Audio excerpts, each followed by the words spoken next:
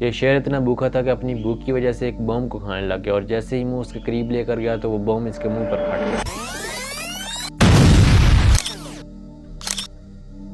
مرجان نامی یہ شیر جرمنی میں پیدا ہوا اور 2 سال کی عمر میں یہ افغانستان کو تحفے کے طور پر دے دیا گیا، اور یہ شیر افغانستان میں کافی مشہور بھی تھا۔ مرجان کو ایک چڑیا گھر میں رکھا گیا تھا جہاں لوگ اسے دیکھنے آتے اور مختلف چیزیں بھی کھلاتے، جس وجہ سے وہ کافی خوش رہ رہا تھا۔ لیکن پھر 1980 میں افغانستان میں ایک جنگ کا آغاز ہو گیا، انسان دوسرے انسان کی جان کا دشمن بن گیا، بہت سارے اٹیک کیے گئے، ہیلی کاپٹر کے ذریعے بمز گرائے گئے، جس کے نتیجے میں چڑیا گھر کے انتظامیہ سے کچھ لوگ مارے گئے اور جو باقی بچے تھے وہ بھاگ گئے۔ اسی طرح چڑیا گھر میں جو جانور تھے وہ بھی مر گئے، جن میں سے کچھ جانور معجزانہ طور پر بچ گئے، جن میں ایک مرجان بھی تھا۔